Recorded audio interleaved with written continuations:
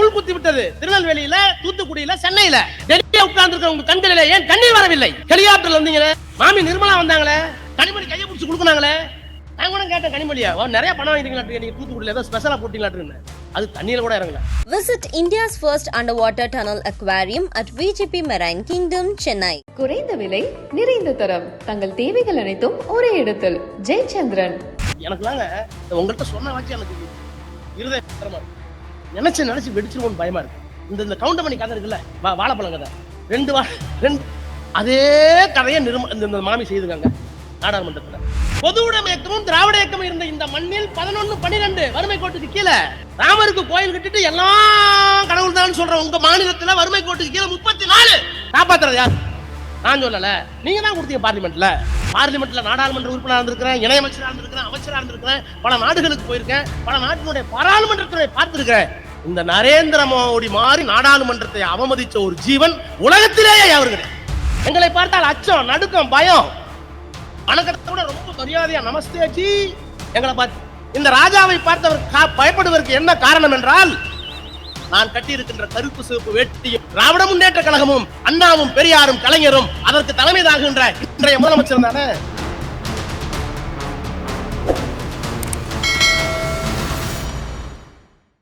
இன்றைக்கு மாண்புமிகு முத்துவேல் கருணாநிதி ஸ்டாலின் என்கின்ற இந்த மகத்தான மனிதர் டெல்லியில எங்களை எல்லாம் என்ன பார்க்கிறார்கள்?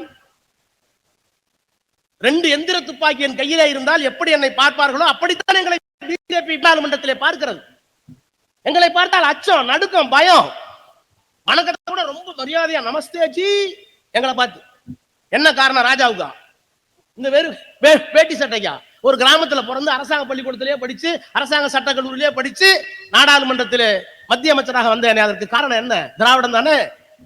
இந்த ராஜாவை பார்த்தவர் பயப்படுவதற்கு என்ன காரணம் என்றால், நான் கட்டியிருக்கின்ற கருப்பு சிவப்பு வேட்டியும் திராவிட முன்னேற்ற கழகமும் அண்ணாவும் பெரியாரும் கலைஞரும் அதற்கு தலைமை தாங்குகின்ற இன்றைய முதலமைச்சர் தானே. அதனால அண்ணா எல்லாத்தையும் ஒன்னா சேர்த்து ஒரே ஃப்ரேம்குள்ள கொண்டு வந்தார். திராவிட மாடல். சமத்துவம், சுயமரியாதை, மாநில சுயாட்சி, மதச்சார்பின்மை, தேசிய இனங்களின் அடையாளத்தை பாதுகாப்பது. இந்தியா ஒரு நாடு அல்ல, எந்த காலத்திலும் ஒரு தேசம் அல்ல. இந்தியா ஒரு மதத்திற்கு சொந்தம் அல்ல, இந்தியா ஒரு மொழிக்கு சொந்தம் அல்ல, இந்தியா ஒரு துணை கண்டம். தமிழ் என்பது மொழி அடிப்படையிலான தேசியம். தமிழ் தேசியம் இங்க இருக்கிறது, மலையாளம் கேரள தேசியம் இருக்கிறது, கர்நாடக தேசியம் இருக்கிறது, மராட்டிய ஒரு மொழி அதுக்கு தேசியம் இருக்கிறது. இத்தனை தேசிய இனங்களினுடைய கலவைதான் இந்தியா ஒரு உபகண்டமாக, துணை கண்டமாக கட்டமைக்கப்பட்டிருக்கிறது. இதை உணர்ந்த இயக்கம் திராவிட முன்னேற்ற கழகம். ஆக இவற்றையெல்லாம் அங்கீகரிக்க வேண்டும் என்பதற்காகத்தான் திராவிட மாடல் என்ன, இந்த 5ஐயும் சொன்னார். இன்றைக்கு இந்த திராவிட மாடல் தான் எல்லாருக்கும் சுயமரியாதை வேணும். அது மேற்கு வங்கத்தில் இருக்கிறவனாக இருக்கட்டும், குஜராத்தில் இருக்கிறவனாகட்டும், அல்லது டெல்லியில இருக்கிறவனாகட்டும், இந்தியாவில் இருக்கிற எல்லோருக்கும் சுயமரியாதை, எல்லோருக்கும் சமத்துவம், எல்லோரும் மதச்சார்பின்மை, எல்லோருக்கும் தேசிய இனங்களினுடைய அங்கீகாரம். இந்த 5ஐயும் எங்கெங்கெல்லாம் ஒப்பு அதெல்லாம் திராவிடம். அதனாலதான் நாங்க இந்தியா முழுக்க திராவிடம் வர வேண்டும் என்று விரும்புகிறோம். இந்தியா முழுக்க திராவிடம் வரக்கூடாது என்பதிலே பிஜேபியும் மோடியும் அமித்ஷாவும் தெளிவாக இருக்கிறார்கள். எனவே 40 நாடாளுமன்ற உறுப்பினரை வைத்திருக்கின்ற திராவிட முன்னேற்ற கழகம் தான் கடந்த காலத்தில் இந்தியாவினுடைய அரசியலை மாற்றியிருக்கிறது, இந்தியாவினுடைய அரசியல் சட்டத்தை காப்பாற்றியிருக்கிறது. அந்த அடிப்படையில் தான் அண்ணாவின் தம்பியாக, கலைஞரின் பிள்ளையாக இருக்கின்ற எங்கள் வணக்கத்திற்குரிய முதலமைச்சர் மாண்புமிகு முத்துவேல் கருணாநிதி ஸ்டாலின் அவர்கள் தேசத்தை காப்பாற்றுவதற்கு, இந்தியாவினுடைய அரசியல் சட்டத்தை இந்த குரலை இன்றைக்கு 40 தொகுதியிலையும் ஒழித்துக் கொண்டிருக்கிறோம். அதுதான் காரணம். ஏன் இது ஒழிக்க வேண்டிய அவசியம் என்ன? அரசியல் சட்டத்தில் சொல்லப்பட்டிருக்கிற இந்த பண்புகளுக்கெல்லாம் என்ன ஆபத்து? அந்த ஆபத்து தெரிஞ்சாதான் இந்த குரலுடைய தேவை உங்களுக்கு புரியும். இந்த 5 ஆண்டு கால ஆட்சியில் என்னவெல்லாம் நடந்தது? குடியுரிமை சட்டம் என்று ஒரு சட்டத்தை கொண்டு வந்தார்கள். நமக்கு பக்கத்தில் இருக்கிற நாடு ஆப்கானிஸ்தான், இன்னொரு நாடு பாகிஸ்தான், இன்னொரு நாடு வங்காளதேசம். இந்த 3 தேசத்திலே இருந்தும் இந்தியாவிற்கு உள்ளே வந்தவர்கள் உண்டு.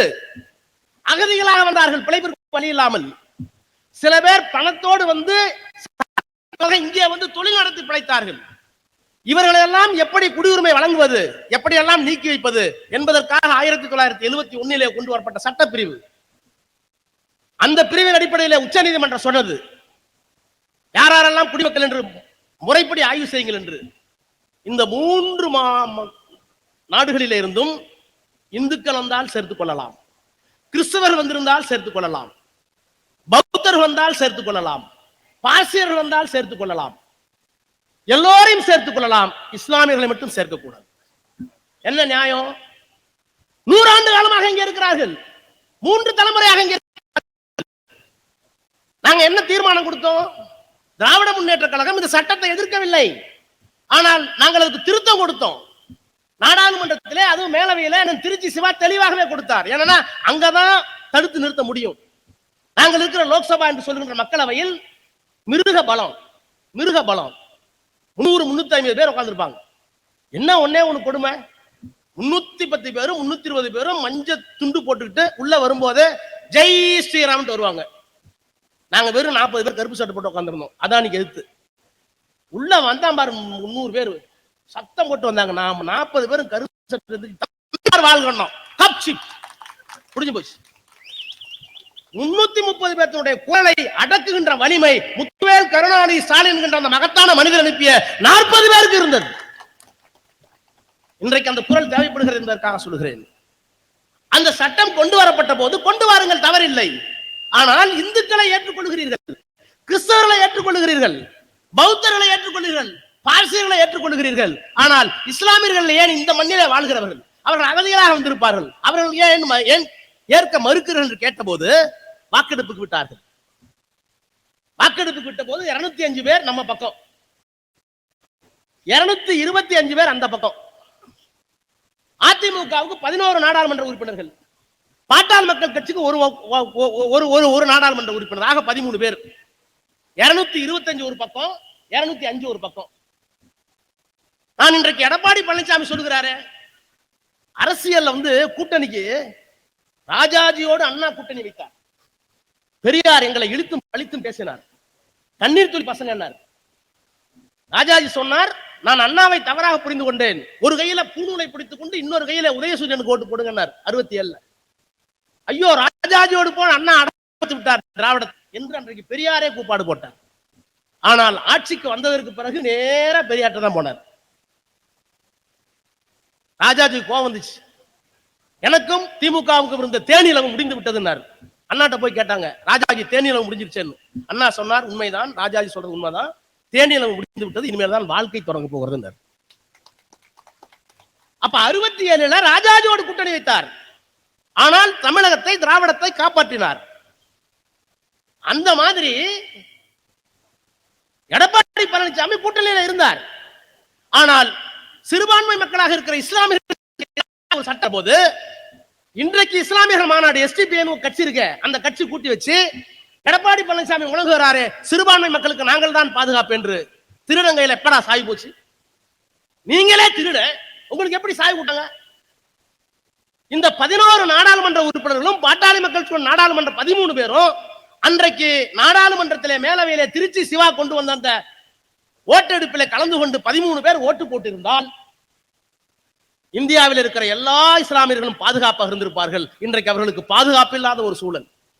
மதுரையில யார் விட்ட வேணாலும் கதவை தட்டலாம், நீ எங்க பிறந்தன்னு கேட்கலாம், உங்க தாத்தா எங்க கேட்கலாம், உங்க தாத்தா சர்டிபிகேட் இல்லையா, நீ வெளியே போன உள்ள அடைக்கலாம், ஜெயில போடலாம், முகாம்களிலே தங்க வைக்கலாம். எனக்கே சர்டிபிகேட் கிடையாதுங்க. இங்க இருக்க எத்தனை பேருக்கு பெர்த் சர்டிபிகேட் இருக்கு? போனோம், பள்ளிக்கூடத்தில் சேர்க்கணும். நாங்க ஜூன் மாசம் பள்ளிக்கூடத்தில் சேர்க்கணும். 5 வருஷம் கட்ட முடியாத மாதிரி தேதி போட்டுட்டாங்க. 10/5/63 போட்டுக்கிட்டாங்க. ஆனா உண்மையாலுமே 26/10/64 பிறந்தேன். யாருக்கு தெரியும்? பள்ளிக்கூடத்தில் சேர்க்கணும் போட்டுக்கிட்டாங்க. எத்தனை பேருக்கு பிறந்த சர்டிபிகேட் இருக்கு? ஆக இந்தியாவில் இருக்கிற எந்த முஸ்லிமையாவது கொண்டு வந்து நீ எப்போது பிறந்தாய், எங்கு பிறந்தாய் என்று கேட்டு கொடுக்க முடியாவிட்டால் அவன் இந்த நாட்டுக்கு குடியுரிமை பெற்றவன் அல்ல, தகுதி உடையவன் அல்ல, அவனை வெளியே வைக்கலாம். எத்தனை நாள் போராட்டம் டெல்லி இடங்களிலும் பெண்கள் பரதாவோட உட்கார்ந்துருந்தாங்களே விடிய விடிய. இவ்வளவு நாசக்கார செயலை செய்கிறது மோடி அரசாங்கம் மதத்தின் பெயரால். அதற்கு பிறகு சொன்னார வேலுச்சாமி, மணிப்பூர்ல என்ன நடந்தது? இது இஸ்லாமியர்களுக்கு. குக்கி என்கின்ற ஒரு இனம் கிறிஸ்தவர்கள் மணிப்பூரில் மலைக்கு மேலே இருக்கிறார்கள், தலைக்கு கீழே மலைக்கு கீழே ஒரு ஜாதி இருக்கு, அது இந்துக்கள் வசதியானவர்கள், அவர்கள் பழங்குடியின மக்கள் கிறிஸ்தவர்கள். அவர்களுக்கு கொடுக்க வேண்டிய இடஒதுக்கீட்டை எங்களுக்கும் கொடுக்குறாங்க. அதை மத்திய அரசாங்கம் மோடி ஆதரிக்கிறது நியாயமா? அது அதை எதிர்த்து போராட்டம். சரி, போராட்டம் நடத்தட்டும். நோக்கம் என்னவாக இருக்கு? இந்த மண்ணில் யாருக்கு உரிமை இருக்கு? இந்த தேசத்தை இந்துமயமாக ஆக்க வேண்டும் என்று போராடுகளும் இருக்கிறார்கள். இந்த தேசம் இந்து மதம் அல்ல, மதச்சார்பற்ற நாடு என்று சொல்லுகின்ற நாங்களும் இருக்கிறோம். வாதம் எதிர்வாதம் வேண்டும். கருத்து மோதட்டும். கருத்து கத்தியோடு மோதக்கூடாது. வன்முறை எங்களுக்கு நம்பிக்கை இல்லை. ஆனால் மணிப்பூரில் என்ன நடந்தது? இந்த நாட்டில் நான் கேட்கிறேன், இங்க மதுரையிலே தான் ஜாதி இருக்கும். ஜாதி விரும்புறோம், ஜாதி தொட்டுக்கிறோம், மனசுக்குள்ள ஜாதி. ஜாதி எங்க இருக்கு? என்ன கேட்பான்? மூர்த்தி தெரியும் தெரியுமா? சித்தப்பாவம்மா இல்லம்மா, சரி ஒரு அப்புறம் தளபதியை கேட்பான். தளபதி நல்லா தெரியுங்க, நானும் திமுக தாங்க, தளபதி ஆமாங்க. அவர் சொந்தமானு கேட்பான். இல்ல நாயுடு இல்ல. கண்டுபிடிக்க முடியாது உன்னால? ஒண்ணு ஒன்னா சொல்லி சாதி எப்ப தெரிஞ்சது? நான் கேட்கிறேன், சாதி இல்லாமல் ஒரு மனிதன் வாழ வேண்டும், வாழ முடியும். மதம் இல்லாமல் ஒரு மனிதன் வாழ வேண்டும், வாழ முடியும். ஆனால் மொழி இல்லாமல் வாழ முடியுமா? இதுதானே உண்மை. ஆக மணிப்பூரில் என்ன நடந்தது? ஒரு கிறிஸ்தவ பெண், மலைவாழ் சமுதாயத்தை சேர்ந்த அந்த பெண்ணை 200 பேர் செல்போன்ல படையெடுத்துக்கிட்டு அம்மனமாக நிர்வாணமாக ஆக்கி 200 பேர் கூட்டிட்டே போறான். அதுக்கு ஜெய் ஸ்ரீராம்ங்கிறான். இந்த ஜெய் ராமர் எதுக்கு தான் வருவாருன்னு தெரியல. எதுக்கு தான் ராமன் வச்சுக்கீங்க? ஒரு பெண்ணை நிர்வாணமாக்கி அழைத்து கொண்டு போய் 6 பேர் கற்பழிக்கிறான். ஜெய் ஸ்ரீராம். அங்கே ஒரு முதலமைச்சர் ஒரு வருத்தம் தெரிவிச்சாரா? இது தப்புன்னு சொன்னாரா? இல்ல நான் பதவி விலகிறேன், என்னுடைய காலத்தில் ஒரு பெண்ணை நிர்வாணப்படுத்தி கற்பழித்து விட்டார்கள், அதை 200 பேர் கூட்டி போறான் பட்ட பகல்ல. இது பெண்ணின சமுதாயத்திற்கு ஏற்பட்ட அவமானம் மட்டுமல்ல, இது பெரும் கொடுமை. இதை சகித்துக் கொண்டு நான் நாற்காலியில் உட்கார விரும்பவில்லை சொன்னாரா அந்த பைரன் சிங் முதலமைச்சர்? மன்னிப்பு கேட்டாரா? வருத்தம் தெரிவித்தாரா? இல்ல. கேட்டா இதெல்லாம் இங்க சாதாரணங்கிறார். சரி, இந்த ஆளு சாதாரணங்கிறானே, காட்டு முராண்டியா இருப்பான் போல இருக்கு. இந்த கட்சிக்கு தலைவர் இருக்கிறானே நாடாளுமன்றத்தில், மோடியும் அமித்ஷாவும், அவர்கள் என்ன சொல்லுகிறார்கள் என்று நாடாளுமன்றத்தில் தீர்மானம் கொண்டு வந்தோம். மணிப்பூர் பிரச்சனை வாதியுங்கள். நீண்ட போராட்டத்திற்கு வாதம் வந்தது. நான் கூட நினைச்சேன், ஒரு ஃபார்மாலிட்டிக்காவது ஹோம் மினிஸ்டர் அமித்ஷா மன்னிப்பு கேட்பார் எதிர்பார்த்தோம். அவர் சொன்னார், எல்லாம் சரியாக நடக்கிறது, மத்திய அரசாங்கத்திற்கு உரிய முறையில் மாநில சர்க்கார் ஒத்துழைப்பு தருகிறது. என்ன ஒத்துழைப்பு? ஆக ஒரு கிறிஸ்துவ பெண்ணை, ஒரு பழங்குடி பெண்ணை 10 பேர் 20 பேர் கூட்டு பாலியல் வன்கொடுமை செய்து அவர்களை அம்மனமாக அழைத்துக் கொண்டு போகிற செயலுக்கு அமித்ஷா வருத்தம் தெரிவிக்கல. அந்த மாநிலத்தினுடைய முதலமைச்சர் வருத்தம் தெரிவிக்கல. ஏன் பிரதமர் வருத்தம் தெரிவிக்கவில்லை? நான் நிறைந்த இந்த மன்றத்திலே கேட்கிறேன், தேரா மன்னா செப்போது உடையன் என்று கண்ணகி கேட்டாலே, இங்கே கேட்டாலே நீதி, அந்த நீதி கேட்ட மண்ணிலே கேட்கிறேன். பைரன் சிங் மன்னிப்பு கேட்கல, காட்டுமிராண்டியா இருந்துட்டு போட்டோம். ஆனால் அந்த காட்டுமிராண்டியை ஆதரித்துக் கொண்டிருக்கிற அமித்ஷாவுக்கும் மோடிக்கும் என்ன பெயர் வைக்கலாம் என்பதை இந்த மதுரையில் இருக்கிற மக்கள் முடிவு செய்யுங்கள்.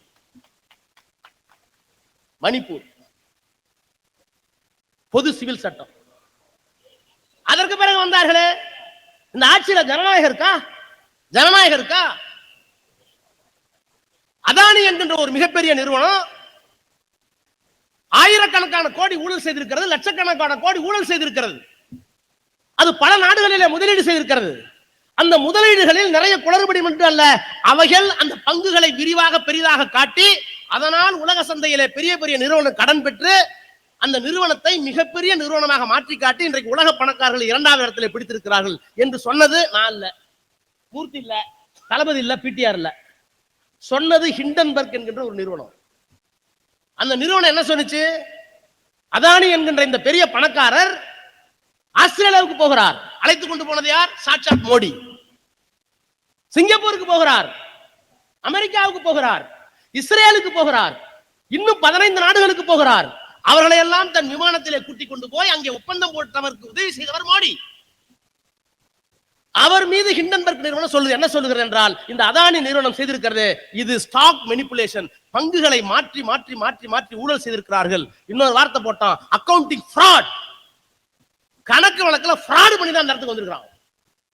நான் கேட்டேன், நாடாளுமன்றத்தில் நாங்கள் கேட்டோம், மோடி அவர்களை நீங்க தானே கூட்டிட்டு போனீங்க, நீங்க தானே எல்லாம் கையெழுத்து போட வச்சீங்க, ஒப்பந்தம் போட வச்சீங்க, அக்ரிமெண்ட் போட வச்சீங்க. அதானியை ஃப்ராட்னு சொன்னா அந்த ஃப்ராடை கூட்டிட்டு போன நீங்கள் யார்? உங்களுக்கு அதுல என்ன பங்கு? பதில் சொல்லுங்கன்னு கேட்டோம். நான் தெளிவா சொன்னேன், If the Prime Minister is keeping silence, we will be confined to say Prime Minister also fraud. மாண்புமிகு பிரதமர் அவர்களே, அதானி ஃப்ராட்னு சொல்லிட்டு அந்த அறிக்கையில நீங்கள் அமைதி காத்தால், விளக்கம் சொல்லாவிட்டால், மறுப்பு சொல்லாவிட்டால் நீங்களும் ஃப்ராடாகத்தான் கருதப்படுவீர்கள். 10 கூட்டம் பேசுறேன், ஒருத்தன் கேஸ் போடலையே. அதுக்கு போய் என்ன ஏங்க, நான் உங்கள்கிட்ட இந்த மதுரை மக்கள்கிட்ட அதுவும் தயவு செய்து உங்க காலெல்லாம் தொட்டு கும்பிடுறேன். இந்த ஊர்ல தான் சட்டம் படிச்சேன், இந்த ஊர்ல தான் சட்டம் படிச்சேன். சட்டம் படிச்சு நானும் ஒரு வக்கீலா இருந்து ஒரு பெரிய கேஸ்ல வாதாடினேன். அந்த மண்ணில இருந்து கேட்கிறேன், 31 வயசுல நாடாளுமன்ற உறுப்பினர் மூர்த்தி, நல்லா கவனி, 31 வயசுல 32 வயசுல நாடாளுமன்ற உறுப்பினர், ஐக்கிய Gujarat prime minister, Deve Gowda prime minister, மன்மோகன் Singh prime minister, Vajpayee prime minister. வாஜ்பாய்ட்ட நானே அமைச்சரா இருந்தேன், அவரோட நானே ஒரே பிளைட்ல போயிருக்கேன். பல நாடுகளுக்கு அவர் என்ன கூட்டிட்டு போயிருக்காரு. மன்மோகன் சிங் 2 தடவை மந்திரியா இருந்திருக்கேன், அவரோட சாப்பிட்டிருக்கேன். இத்தனை பிரதமர்களும் ஒரு பிரதமர் கூட நாடாளுமன்றத்திற்கு கேள்வி நேரத்தில் 11 மணில இருந்து 12 மணி வரைக்கும் 100% அட்டெண்டன்ஸ் ஒருத்தரும் வராம இருந்ததில்லை. நேரு காலத்திலே இருந்து வாஜ்பாய் காலம் வரை, மன்மோகன் சிங் காலம் வரை நாடாளுமன்றத்தில் கேள்வி நேரத்தை எந்த பிரதமரும் தவிர்க்க மாட்டார். என்னைக்காவது ஒரு நாள் முடியலனா என்ன காரணம்? கேள்வி நேரத்தில் தான் அவ்வளவு பிரச்சனை வரும். தமிழ்நாட்டில் என்ன பிரச்சனை? கேள்வி வரும். குஜராத்தில் என்ன பிரச்சனை? கேள்வி வரும். ஆக கேள்வி நேரத்தில் பல துறைகளில் இருந்து அமைச்சர்கள் சொல்கின்ற பதில் திருப்திகரமாக இருந்தால் நாடு சுபிச்சம் அர்த்தம். கேள்வி நேரத்தில் கலாட்டா வந்து சட்டம் போட்டா இதை தெரிந்து நேரு உட்பட எல்லா பிரதமரும் கேள்வி நேரத்தில் இருப்பார்கள். அர்த்தத்தோடு சொல்கிறேன், நான் நீதிமன்றத்தில் பேசியிருக்கேன், வாதாட பார்லிமெண்ட்ல நாடாளுமன்ற உறுப்பினராக இருந்திருக்கிறேன், இணையமைச்சராக இருந்திருக்கிறேன், அமைச்சராக இருந்திருக்கிறேன், பல நாடுகளுக்கு போயிருக்கேன், பல நாட்டினுடைய பாராளுமன்றத்தினுடைய பார்த்திருக்கிறேன். இந்த நரேந்திர மோடி மாதிரி நாடாளுமன்றத்தை அவமதிச்ச ஒரு ஜீவன் உலகத்திலேயே யாரும் கிடையாது. ஒரு நாள் கூட கேள்வி நேரத்துக்கு ஒரு நாள் கூட. அதானி மேல குற்றச்சாட்டு, பதில் சொல்ல மாட்டார். ரஃபேல் குற்றச்சாட்டு, பதில் சொல்ல மாட்டார். அவர் மீது வைக்கப்படுகின்ற எந்த குற்றச்சாட்டுக்கும் பதில் சொல்கின்ற வழக்கம் மோடிக்கு இல்லை. என்ன பண்ணுவாங்கன்னா சுப்ரீம் கோர்ட் போவாங்க, ஒரு ஸ்டே வாங்குவாங்க. பிபிசி நிறுவனம் என்ன பண்ணிச்சு?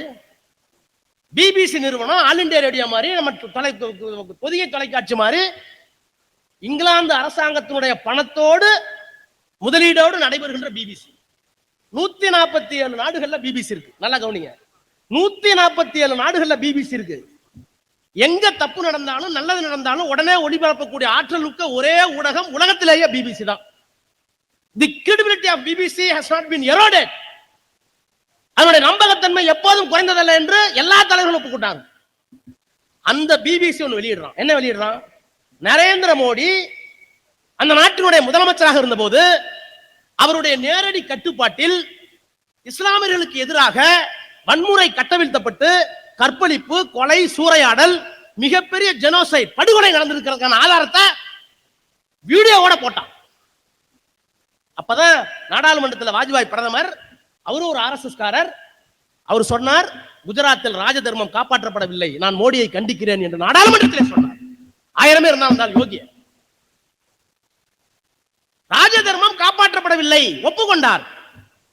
அப்ப மறைக்கப்பட்ட வீடியோ இப்ப வந்திருக்கு. என்ன சொல்றான்? நேரடியாக மோடிக்கு இதிலே தொடர்பு இருக்கிறது, இஸ்லாமியர்களை கொத்து கொத்தாக இனப்படுகொலை செய்தவர் மோடி, அதற்கு அவர்தான் பொறுப்பாளி, அதிலே இருந்து தண்டனை பெற முடியாத அளவிற்கு அவர் கட்டுப்பாட்டில் வைத்திருந்தார் மாநிலத்தை என்று சொல்றாங்க. அவ ஒளிபரப்பிட்டாங்க. நாடாளுமன்றத்துக்கு வாங்கன்னு கூப்பிடுறோம். இப்படி ஒன்று வந்திருக்கு, வாங்கன்னு சொல்றோம். 1,76,000 கோடி மேல போட்டால 45 நாள் நாடாளுமன்றம் நடக்கல. 13 நாள் நாடாளுமன்றத்தில் விவாதிச்சாங்க. என்ன பண்ணானுன்னா கல்யாணம் நடத்தினாங்க. கல்யாணம் நடந்துச்சு, பொண்ணு இல்லாம கல்யாணம் நடந்துச்சு. என்ன கூப்பிடுங்கடா நாடாளுமன்றம், என்ன விட்டுட்டு அன்னைக்கு இருந்த அரசாங்கம் சொல்றேன். சம்பந்தப்பட்ட எண்ணெய் விட்டு விட்டு நாடாளுமன்றத்திலே பேசுகிறார்கள். என்ன பேச விடல. அப்புறம் நேரா நீதிமன்றத்தில் நான் தானே போனேன். வாரன் ஹேஸ்டிங் காலத்துல இருந்து 1785 வாரன் ஹேஸ்டிங் ஒரு கவர்னர் ஜெனரல் இருந்தார். அவர் மேல ஊழல் குற்றச்சாட்டு. அவர் காலத்துல இருந்து செத்து போன ஜெயலலிதா மேல ஊழல் குற்றச்சாட்டு.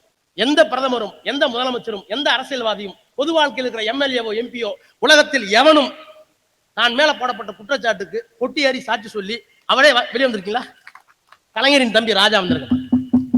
நான் கேட்கிறேன், அந்த உரிமையோட கேட்கிறேன், உங்கள் மீது குற்றச்சாட்டு சுமத்தினால் மோடி அவர்களே, என்றைக்காவது நாடாளுமன்றத்திற்கு கொண்டு நாணயமாக நான் தவறிழைக்கவில்லை என்று சொல்லுகின்ற மன வலிமையும் யோகியமும் நாணயமும் உங்களுக்கு எப்போதாவது இருந்திருக்கிறதா? இல்லை.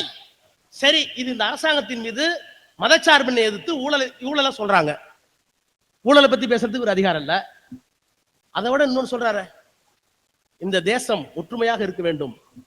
காலையிலே பாருங்க, நாடாளுமன்றத்தில் பேசுறேன், அப்படியே சொல்றேன். நான் இப்ப பேசுனது 4 நாளைக்கு முன்னாடி. கால்ல முள்ளு கத்துனா கண்ணுல தண்ணி வரணும், அதுதான் ஒற்றுமை. உண்மைதானே? காலில் முள்ளு குத்துனா கண்ணுல தண்ணி வரணும், ஏன்னா இது ஒரே உடம்பு. அப்ப ஒரு உறுப்பிற்கு ஆபத்து என்றால் இன்னொரு உறுப்பு வந்து அணுகணும், தண்ணி சிந்தணும். அதானே நான் கேட்கிறேன். தூத்துக்குடியில, திருநெல்வேலியில, சென்னையில இவ்வளவு மழை வந்துச்சு, இத்தனை பேர் செத்தாங்களே, இவ்வளவு வீடுகள் காணாம போச்சு, இவ்வளவு பயிர் நாசமா போச்சு, ஹெலிகாப்டர்ல வந்தீங்களே, மாமி நிர்மலா வந்தாங்களே, கனிமொழி கையை பிடிச்சு கொடுக்குனாங்களே. நான் கூட கேட்டேன், கனிமொழியா நிறைய பணம் வாங்கிட்டீங்களா நீங்க தூத்துக்குடியில, ஏதோ ஸ்பெஷலா போட்டீங்களான்னு. அந்த மாதிரி ஏங்க நீங்க ஒரு பக்கம். நான் உண்மையிலே நினைச்சேன், பெண் என்றால் பேயும் இறங்கும், கனிமொழியை கொண்டு நிர்மலா இறங்கும் நினைச்சேன். அது தண்ணியில கூட இறங்கல, அப்படியே கரையில் வந்து போயிட்டு டாடா காமிச்சு போயிடுச்சு. 37,000 கோடி நாங்க கேட்டோம், 37,000 கோடி கேட்டோம். இந்தியாவினுடைய கால் உங்களுடைய வர்ணனைப்படி தமிழ்நாட்டுடைய பாதத்திலே முள் குத்தி விட்டது. திருநெல்வேலியில, தூத்துக்குடியில, சென்னையில, டெல்லியில உட்கார்ந்து உங்க கண்களிலே ஏன் கண்ணீர் வரவில்லை? அப்ப கண்ணீர் வரவில்லை என்றால் ஒண்ணு கண்ணு குருடா இருக்கணும், இல்லைன்னா கால் பொய்யா இருக்கணும். கால் உண்மை, கண்ணீர் வரவில்லை என்றால் உன் கண் நல்ல கண்ணுன்னு அர்த்தம். அப்புறம் எதுக்கு பேசுறீங்க? எதற்காக பேசுகிறீர்கள்? அப்புறம் நான் என்ன கேட்கிறேன், 2 வார்த்தை அங்க கிடைக்குது. பாரத மாதாக்கு ஜி, ஜெய் ஸ்ரீராம். எதை கேட்டாலும் நாடாளுமன்றத்திலே கேட்டால் எங்களுக்கு இருக்கிற ஒரே பதில், தமிழ்நாட்டுக்கு நிதி என்ன ஆகிவிட்டது, பாரத மாதாவுக்கு ஜி, ஜெய் ஸ்ரீராம். தமிழ்நாட்டுக்கு ட்ரெயின் என்னாச்சு, பாரத மாதாவுக்கு ஜி, ஜெய் ஸ்ரீராம். நான் என்ன கேட்கிறேன், நான் ராமாயணத்துக்குள்ள போக விரும்பல, ஆனா ராமாயணத்துல நேர்மறையாக இருக்கிற தத்துவம் இருக்குல்ல. பிடிஆர் ஒரு ஆன்மீகவாதி, புரியுதா உங்களுக்கு? அவர் வந்து எல்லா கோயிலுக்கும், மீனாட்சி அம்மன் கோயிலுக்கும் போவார், எல்லா கோயிலுக்கும் போவார். நம்பிக்கை, எனக்கு நம்பிக்கை இல்லை. ஆனா கலைஞர் தான் சொன்னார், அன்புதான் கடவுள் என்று சொன்னாலும், மனிதனுக்கு மனிதன் இடையே காட்டுகின்ற இரக்க உணர்விலே தான் கடவுள் இருக்கிறான் என்று சொன்னாலும், கள்ளமில்லாத உள்ளம் அதுதான் கடவுளின் இல்லம் என்று சொன்னாலும், அண்ணா குறிப்பிட்டு சொன்னதை போல ஏழையின் சிரிப்பிலே தான் இறைவனை காண்போம் என்று சொன்னாலும், அப்படிப்பட்ட கடவுள் மீது எனக்கு ஒன்றும் கோபம் இல்லை, குரோதம் இல்லை. அப்படிப்பட்ட கடவுள் இருந்துட்டு போட்டுனார். சாய்பாபா வந்து கலைஞரை பார்த்தார், எல்லாத்துக்கும் ஆச்சரியம். ரஜினிகாந்த் வருஷக்கெல்லாம் உட்காந்துருக்காரு, சாய்பாபா கொடுக்கல. இந்தியாவில் இருக்கிற எல்லா பிரதமரும் எல்லா அமைச்சரும் உட்காந்துருக்காங்க அவருக்காக. அவர் கோபாலபுரத்துக்கு வந்துட்டார். அவர் வெளியே வந்து நான் இருந்தேன் வந்தாரு, கலைஞரை பார்த்தாரு, அண்ணன் துரைமுருகன் காலை தொட்டு கும்பிட்டாரு. நான் அந்த தப்பெல்லாம் செய்யல. வெளியே வந்தாரு, சாய்பாபாட்ட கேட்டாங்க, உங்களை பார்க்கறதுக்கு இவ்வளவு பேர் நிக்கிறாங்களே, பிரதமர்ல இருந்து அமைச்சர்ல இருந்து, நீங்க ஏன் கலைஞரை பார்க்க வந்தீங்க? அவர் சொன்னாரு, 2 விஷயம். போன பிறவியில இவர் கரிகால் சோழனாக பிறந்தார். இன்னொன்று, கலைஞருக்கு கடவுளை பிடிக்கிறதோ இல்லையோ, கடவுளுக்கு கலைஞரை பிடித்திருக்கிறது. என்ன? அப்போ ஒரு மனிதனுடைய வாழ்க்கை கடவுளை தேடி ஓடக்கூடாது. நம்முடைய வாழ்க்கை ஏழைகளுக்கு செய்வதில், இரக்கம் காட்டுவதில், பகிர்ந்து கொள்வதில், பாசம் காட்டுவதில், அன்பு காட்டுவதில், கருணை காட்டுவதில் இறைவன் உன்னை நேசிக்க வேண்டும். அதுதான் திராவிடம். ஆக இதையெல்லாம் செய்த இயக்கம் திராவிடம் மட்டுமல்ல. இன்றைக்கு ராமர் கோயில் கட்டிருக்காங்களே, நான் கேட்கிறேன், நாங்க படிச்ச ராமாயணம் என்ன சொல்லுச்சு? ராஜமாணிக்கம் உங்க தமிழ் ஆசிரியர், ஏன்னா ஞாபகம் இருக்குன்னா தியாகு, மனிதகுல செம்மனான ராமனையும், குரங்குகுல கொற்றவனான சுக்ரீவனையும், வேறுபட்ட வேந்தனாக குகனையும் ஒருமைப்படுத்தி காட்டுவதுதான் கம்பராமாயம். ஒரு குரங்கு, ஒரு வேடன், ஒரு சத்திரியன், பிராமணன், ஒரு ராமன். ராமன் உயர்ந்த தாதியிலே பிறந்தவன், சீதையை தேடி போறான். காட்டுல அவனுக்கு உதவியா இருந்தது குகன். அவன் தான் தேனியும் மீனையும் கொண்டு வந்து சாப்பிடுங்கிறான். அவன் சொல்றான், நாங்க 4 பேர் குகா, உன்னோட சேர்ந்து இன்னைக்கு 5 பேர் ஆயிட்டோம். குகனோடு 5 ஆனோம். அப்புறம் உள்ள போறாங்க, சுக்ரீவன் வர்றான். சுக்ரீவன் சொல்றாங்க, குகனோடு 5 ஆனோம், உன்னோடு 6 ஆனோம். அப்புறம் அதுக்கு பிறகு விபீஷணன் வந்து சரண்டர் ஆகுறான். விபீஷணன் வந்து அணியில சேர்றான், ஐயா உன்னோடு 7 ஆனோம். அப்ப அந்த 7 பேரும் மனுஷன், குரங்கு, அரக்கன் எல்லாம் சேர்ந்து ஒரு கூட்டு கலவையாக ராமாயணத்தை கொண்டு வந்து காட்டினார் கம்பர்னு சொல்லுவார். எனக்கு கம்பராமாயணத்தில் நம்பிக்கை இல்லை, ராமர் மேல் நம்பிக்கை, அது வேற. ஆனால் எங்களுக்கு சொல்லப்பட்ட கதை ராமாயணம் ஒற்றுமையை கொண்ட வேணும். ஆனா நீ கொண்டு வர ராம ஒற்றுமை கொண்டு வராரா? குழந்தை ராமர் ஒற்றுமையை கொண்டு வரான்னு கேக்குறேன். இல்லையே, அதானே எங்களுக்கு வருத்தம். எங்க ஊர்ல பெருமாள் கோயில் இல்லையா? இந்த மதுரையில பெருமாள் கோயில் இல்லையான்னு வைணவர்களுக்கு கிருஷ்ணதேவராயரே தான் பொண்ணை வந்து ஒரு ஒரு தான் பொண்ணு கொடுத்தா தெரியுமா உங்களுக்கு? கிருஷ்ணதேவராயர் தான் இந்த மண்ணுல அவ்வளவு பெருமாள் கோயில் கட்டணும். அவரே அவருக்கு மருமகனே முஸ்லீம் தான். ஏன் நான் என்ன கேட்கிறேன், இப்ப கேட்டாங்களே தூத்துக்குடியில் இவ்வளவு பேர் செத்தாங்க, மணிப்பூர்ல 200 பேர் செத்துருக்காங்க, பிரதமர் அதை போய் பார்க்க கூடாதா? நான் கேட்கிறேன், ராமர் கோயில் கட்டுங்க, பக்தி வேணும் தான், அது அவர்களுடைய நம்பிக்கை. பெரியார் ஒழுக்கத்தை முன்வைத்தார், மற்றவர்கள் பக்தியை முன்வைத்தார்கள். பெரியார் சொன்னார் பக்தி இருக்கிற இடத்தில் ஒழுக்கம் வர வேண்டும் என்று நான் விரும்புகிறேன். கடவுளுக்கு அவருக்கு என்ன ஒரு பிரச்சனையும் கிடையாது. நாங்களா இந்திக்கு எதிரிவர்கள், அப்புறம் இந்துக்களுக்கு எதிரிவர்கள், அப்புறம் அவர்கள் நிர்மலா சீதாராமன் இந்திக்கு நாங்க எதிரி. ஏன் நீங்க இந்திய திணிக்கிறதா நீங்க எதிரி? இந்துக்களுக்கு நாங்க என்ன எதிரி?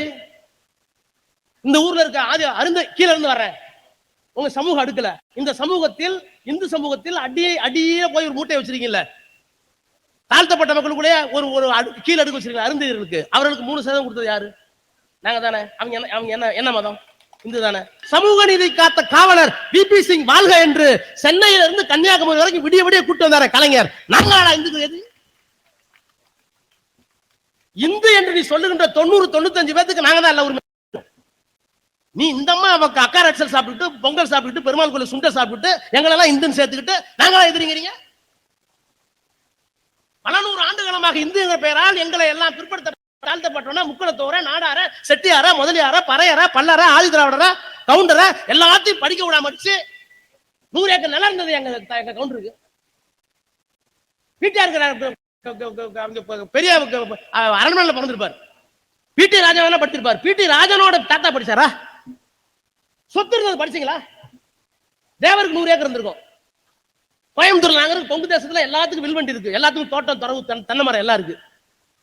யாராச்சும் ஒரு எங்க தாத்தா பின்னு சொல்ல சொத்து இருந்தது, விவசாயம் இருந்தது, எல்லாம் கொடுத்தான். ஆனால் படிக்க வராதே என்று சொன்னது ஆரியம், படி என்று சொன்னது திராவிடம், படி என்று சொன்னது நாங்க. எல்லா இந்துக்களும் கொண்டு வந்த நாங்க. எங்களை போய் நாங்களா இந்துக்களுக்கு விரோதி? சும்மா பூச்சாண்டி கட்டுறீங்களா? நான் சொல்ல வருவேன் என்றால், இன்னைக்கு கோயிலை கட்டினீங்கல்ல, ராமருக்கு கோயில் கட்டின உத்தரப்பிரதேசத்துல, அந்த உத்தரப்பிரதேசத்தில் வறுமை கோட்டுக்கு கீழே இருக்கின்றவர்கள் எண்ணிக்கை நீங்க கொடுத்த கணக்கு. போன நாடாளுமன்ற கூட்டத்தொடரில் நான் எழுப்பிய கேள்விக்கு எழுத்துப்பூர்வமாக மோடி அரசாங்கம் கொடுத்த பதில்,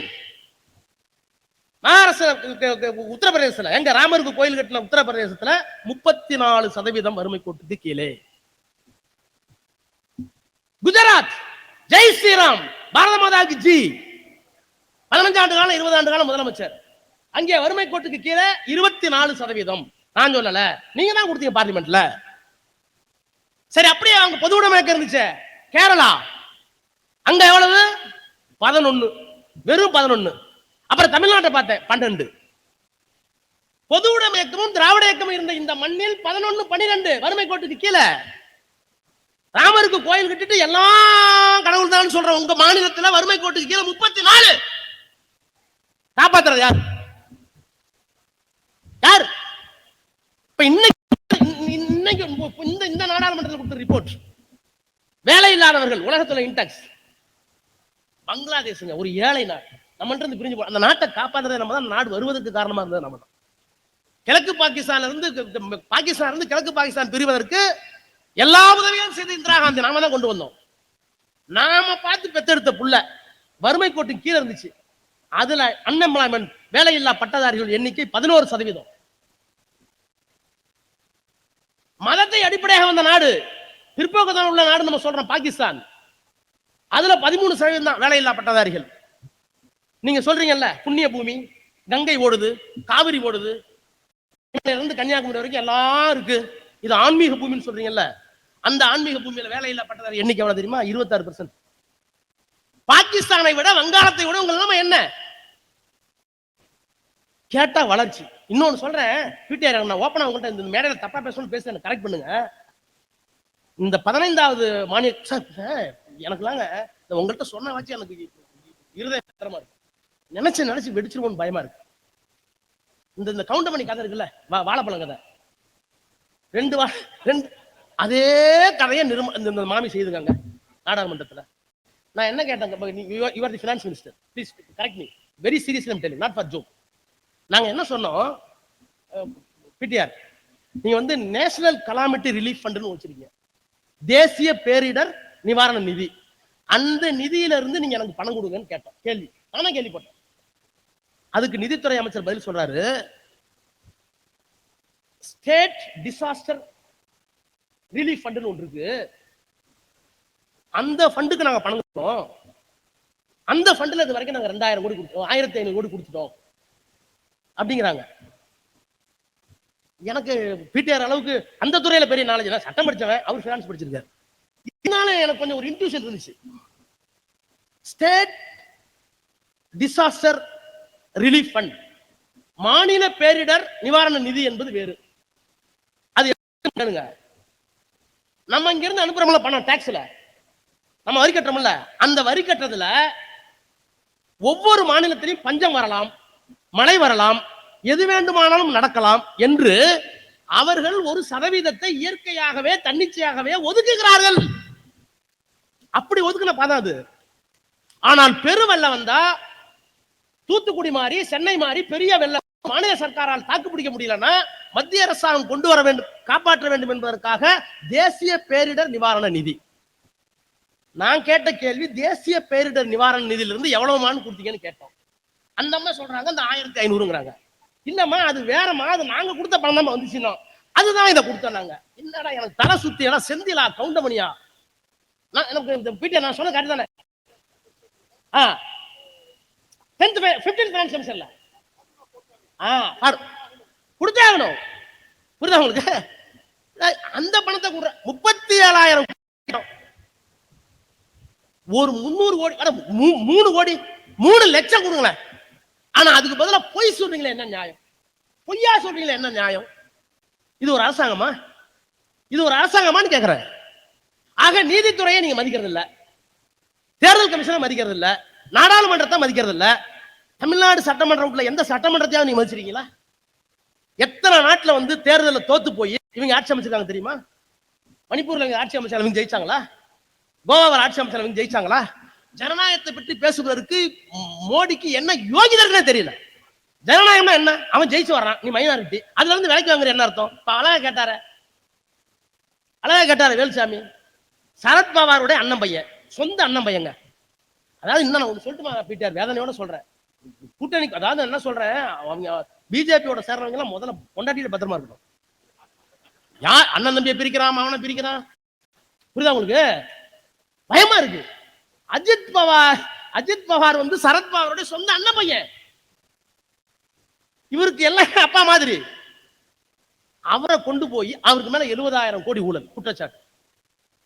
அஜித் பவார் மேல 70,000 கோடி ஊழல் குற்றச்சாட்டு. இடி போகுது, இன்கம் டாக்ஸ் போகுது, சிபிஐ போகுது. நெருக்கடி அவரால் தாங்க முடியல. பிஜேபி சேர்றாரு, அடுத்த நாள் அவருக்கு நிதியமைச்சர் இந்த போடான வாஷிங் பவுடர் நிர்மா அழுக்கு துணி உள்ள விட்டீங்கன்னு வச்சுங்க, வெளியே வந்துடும். எவ்வளவு பெரிய ஊழல்வாதியாக இருந்தாலும் பிஜேபிங்கிற மிஷினுக்குள்ள உள்ள போனீங்கன்னா வெளியே அழகா வெள்ளவெளர்னு வெளியே வரலாம். இப்படி ஒரு வித்தையை கற்றுப்படுக்கிற மோடி மஸ்தான், மோடி வித்தைக்காரர் தான் நரேந்திர மோடி. தமிழ்நாட்டுக்கு என்ன செய்ய சொல்றது கிடையாது. சரி, இதை விடுங்க. இன்னொரு பெரிய விஷயம், இந்த தேசத்தை காப்பாற்றுறாங்கல்ல, இந்தியாவினுடைய அதாவது அணிசேரா நாடுகள் இருக்குல்ல, நேரு வச்சிருந்தார்ல, நம்மளுடைய உலக உறவுகள் இன்னைக்கு என்ன? நேரு எவ்வளவு பத்திரமா வச்சிருந்தார் இந்த நாட்டை, இந்திரா காந்தி எவ்வளவு பத்திரமா வச்சிருந்தாங்க. வங்காளதேசத்தையும் அவங்க உருவாக்குனாங்க. வங்காளதேசம் அன்றைக்கு இல்லை என்றால் சீனா போய் உள்ள வந்திருக்கும். நம்முடைய அண்டை நாடு, அந்த அண்டை நாட்டுக்கு உதவி செய்து வங்காளதேசத்தை உருவாக்கினால்தான் நமக்கு பாதுகாப்பு. மாலத்தீவு பக்கத்துல காலடியில் இருக்கு, அந்த மாலத்தீவுல நம்மளுடைய துருப்புகள் தான் இருக்கு. ஏன்? சீனா வரக்கூடாது என்பதற்காக நேருனுடைய எண்ணம் அது. எதிர்காலத்தில் சீனா வளர்ந்து நம்மை கைப்பற்றினால் எங்கெங்கெல்லாம் சரியா இருக்கணும், இலங்கை நம்மோடு இருக்கணும், மாலத்தீவு நம்மோடு இருக்கணும், மேல காஷ்மீர் நம்மளோட இருக்கணும், இந்த பக்கம் வங்காளதேசம் இருக்கணும். இதையெல்லாம் எண்ணி எண்ணி எண்ணி எண்ணி எண்ணி எண்ணி செயல்பட்ட ஒரு மாமனிதர் நேரு. அதுதான் அணிசேரா நாடுகள் அப்படின்னு வச்சிருந்தாங்க. அந்த அணிசேரா நாடுகளுக்கு தலைவர் யார் தெரியுமா? நேரு தான். யார் மெம்பர் தெரியுமா? மார்ஷல் டிட்டோன்னு ஒருத்தர், யுகோஸ்லாவினுடைய பிரதமர். சுகர்சனோன்னு ஒருத்தர், எந்த நாட்டினுடைய பிரதமர் எனக்கு இந்தோனேஷியாவினுடைய பிரதமர் சுகர்சனோ, யுகோஸ்லாவினுடைய பிரதமர் மார்ஷல் டிட்டோ, இந்தியாவினுடைய பிரதமர் நேரு. இந்த 3 பேர் சேர்ந்து அணிசேரா நாடுகள். ஒரு பக்கம் ரஷ்யா, ஒரு பக்கம் அமெரிக்கா. இந்த 2 பேர் ஆபத்திலிருந்தும் பெரு வல்லரசிடமிருந்து இந்த உலக பூவாலத்தை, இந்த பூமி பந்தை காப்பாற்ற வேண்டும் என்பதற்காக இந்த 3 தலைவர்கள் உருவாக்கிய இயக்கம் நான் அலைன்மெண்ட் மூவ்மெண்ட், அணிசேரா நாடுகள் அமைப்பு. போர் வரக்கூடாது, அமைதியா இருக்கணும். நேருக்கு எவ்வளவு பெரிய அரசியல் பார்வை தெரியுமா உங்களுக்கு? இன்னொன்னு சொல்லட்டுமா, திராவிட இயக்கம் எங்க இருக்குன்னு? இந்த அணிசேரா நாடுகள் இயக்கிறது தான் தலைவர் நேரு. இந்தி வேணாம், நம்ம போராடணும். தளபதி கவனிங்க, 62 வரைக்கும் 1959 62ல இந்தி வேணான்னு போராடணும்ல. அப்ப சம்பத் நாடாளுமன்ற உறுப்பினர் சம்பத் குரல் எழுப்புகிறார், தமிழ்நாட்டில் இந்தியர் போராட்டம் நடக்குதுன்னு. அதுக்கு நாடாளுமன்றத்தில் பிரதமர் நேரு உறுதியளிக்கிறார், இந்தி பேசாத மக்கள் விரும்பும் வரை தமிழ்நாட்டிலோ மாநிலங்களிலோ திராவிட முன்னேற்ற கழகத்துடைய கோரிக்கையை நான் ஏற்றுக்கொள்கிறேன். உங்களுடைய மொழி அடையாளத்தை பாதுகாக்க வேண்டியது எங்களுடைய கடமை. நீங்கள் விரும்பாத வரை இந்தியை நாங்கள் திணிக்க மாட்டோம். சொன்னது நேரு. அண்ணா சொன்னாரு சம்பத்துக்கிட்ட, தம்பி இது வாக்குறுதி மட்டும் கூடாது, லெட்டரா வாங்கியிருந்தார். இவரு போய் லெட்டர் கேட்டார், அவர் லெட்டர் எழுதிட்டார், நீங்கள் விரும்பாத வரை, விரும்புகிற வரை நாங்கள் இந்தியை ஏற்றுக்கொள்ள மாட்டோம். உங்களுக்கு தெரியுமா நம்ம எங்க வந்துட்டோம்னு? கலைஞர் செஞ்சிருக்க சாதனை, இந்த முதலமைச்சர் செஞ்சிருக்க சாதனை. அந்த கடிதத்துக்காக ஒரு கடற்கரையில் கூட்டம் போட்டார் அண்ணா. கூட்டம் போட்டு, தம்பி, என் தம்பி சம்பத்துக்கு, உன்னுடைய சகோதரன் சம்பத்துக்கு பண்டித நேரு கடிதம் எழுதியிருக்கிறார், அந்த கையெழுத்தை பார். எந்த பண்டித நேரு? மோதிலால் நேருனுடைய பையன். எந்த மோதிலால்? சுதந்திரம் அடைவதற்கு தீர்மானத்தை கொண்டு வந்தாரே மோதிலால் நேரு, அவருடைய பையன். எந்த நேரு? அணிசேரா நாடுகளுக்கு தலைவர். எந்த நேரு? மார்ஷல் டிட்டோவோட சாப்பிட்டவர், சுகர்சனோட சாப்பிட்டவர். இந்த உலக தலைவரோட எல்லாம் அளவலாவிய நேரு ஒரு சாதாரண இயக்கத்தில், அன்னைக்கு 2 MP 3 MP தான் நமக்கு இருந்தது. என் தம்பி சம்பத்துக்கு எழுதிய கடிதம் இதோ பார், இந்த இயக்கம் எவ்வளவு வளர்ந்திருக்கிறது காமிச்சார்.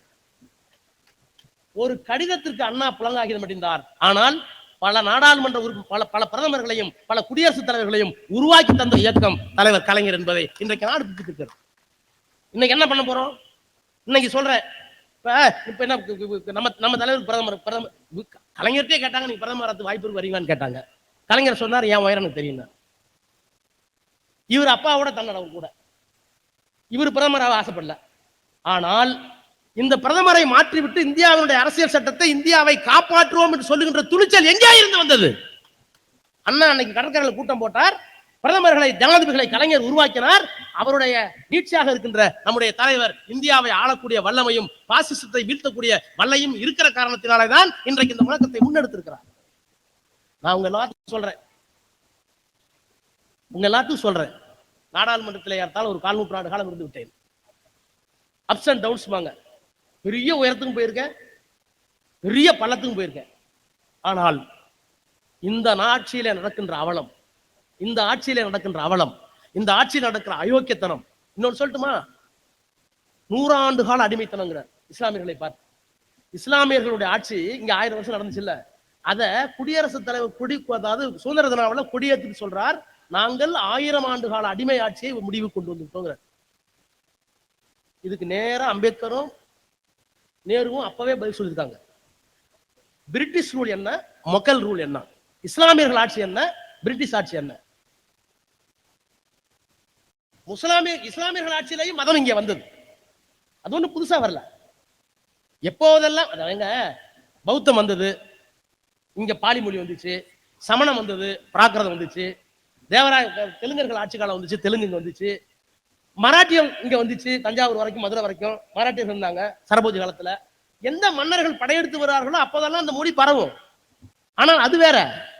ஆனால் இஸ்லாமியர்கள் வந்தார்கள், இங்கே மதம் வந்தது இல்லை என்று சொல்லவில்லை. ஆனா அங்கிருந்து யாரும் வரல, இங்கதான் மதம் வந்துச்சு, இங்க வந்து இஸ்லாம் வந்தாங்க. இன்னொன்னு சொன்னாரு, இஸ்லாமியர்கள் ஆட்சிக்கும் வெள்ளைக்கார ஆட்சிக்கும் என்ன வித்தியாசம் என்றால், இஸ்லாமியர்கள் இங்கே வந்தார்கள், அவர்களே நம்ம இங்க மதத்தை வந்தார்கள், அந்த மதத்தை ஏற்றுக்கொண்டவர்கள் இங்கதான் இருந்து ஆண்டாங்க, உங்களோடு சேர்ந்து ஆண்டார்கள், உங்களோடு பழகினார்கள். அந்த படையில இந்துக்களும் இருந்தார்கள், ரஜபுத்திரர்களும் இருந்தார்கள். அவர்கள் அந்நியர்களாக இன்னொரு நாட்டிலிருந்து ஆளல. ஆனால் வெள்ளைக்காரர்கள் நம்மை ஆண்ட ஆட்சி என்பது இங்கிலாந்திலிருந்து நம்மை ஆண்டார்கள். அந்த ஆட்சி அடிமை ஆட்சி, ஏன்னா அங்கிருந்து நம்ம அங்க சட்டம் போட்டான். பிரிட்டிஷ்ல எல்லா சட்டமும் இங்க பொருந்தும். இங்க சட்டம் ஏற்ற முடியவில்லை என்று அங்கதான் சட்டம் ஏற்றுவாங்க. உச்ச நீதிமன்றமே அங்கதானே பிரிவி கவுன்சிலா. நமக்கு இந்தியாவுக்கு பிரிவி கவுன்சில் உச்ச நீதிமன்றம் டெல்லியில இல்ல, அப்போ அங்கதான் போய் வாதாடணும். ஆக அங்கே இருந்து கொண்டு வெளியில இருந்து வெள்ளைக்காரன் ஆண்டான். அது அந்நிய ஆட்சி. ஆனால் இஸ்லாமிய ஆட்சி நம்முடைய ஆட்சி, இங்க இருந்த ஆட்சி. அவர்கள் எந்த கலாச்சார அழைப்புக்கு போகலையே. படையெடுப்பு வந்தா எல்லாம் இந்துக்கள் போய் படையெடுத்தா முஸ்லீம் பாதிச்சிருப்பாங்க, முஸ்லீம் வரும்போது இந்துக்களும் பாதிச்சிருப்பாங்க. இப்படி ஒரு நல்லிணக்கமாக இருந்த ஆட்சியை இன்றைக்கு ஏதோ மதவெறி காரணமாக, என்ன காரணம், மைனாரிட்டிகள் எல்லாம் ஒரு பக்கமாக வைத்து விட்டு போடியாக மெஜாரிட்டி என்று சொல்கின்ற பெரும்பான்மையான மக்களை எல்லாம் ஒரு இடத்துல கொண்டு வந்து வைத்து அதன் காரணமாக ஆட்சி சுகத்தில் இன்னும் 10 ஆண்டு காலம் 20 ஆண்டு காலம் இருக்கலாம் என்று கனவு கொண்டிருக்கிற இந்த மதவெறி அரக்கர்களை, ஊழல்வாதிகளை, அரசியல் சட்டத்தை சிதைக்கின்ற இந்த மகா பாவிகளை அனுப்பக்கூடிய ஒரே தகுதி உள்ள தலைவனாக இந்திய துணைக்கண்டத்தில் நம்முடைய தலைவர் மாண்புமிகு முத்துவேல் கருணாநிதி என்கிற அந்த மகத்தான மனிதர் தான் இருக்கிறார். அவர் கரத்தை வலுப்படுத்துவோம், பாசிசத்தை வீழ்த்துவோம், புதிய வரலாற்றை டெல்லியிலே படைப்போம் என்று சொல்லி உங்களை மீண்டும் வணங்கி விடைபெறுகிறேன். நன்றி, வணக்கம். Visit India's first underwater tunnel aquarium at VGP Marine Kingdom, Chennai. குறைந்த விலை, நிறைந்த தரம், தங்கள் தேவைகள் அனைத்தும் ஒரே இடத்தில். ஜெயச்சந்திரன். மின்னம்பலம்.com தமிழின் முதல் மொபைல் பத்திரிகை.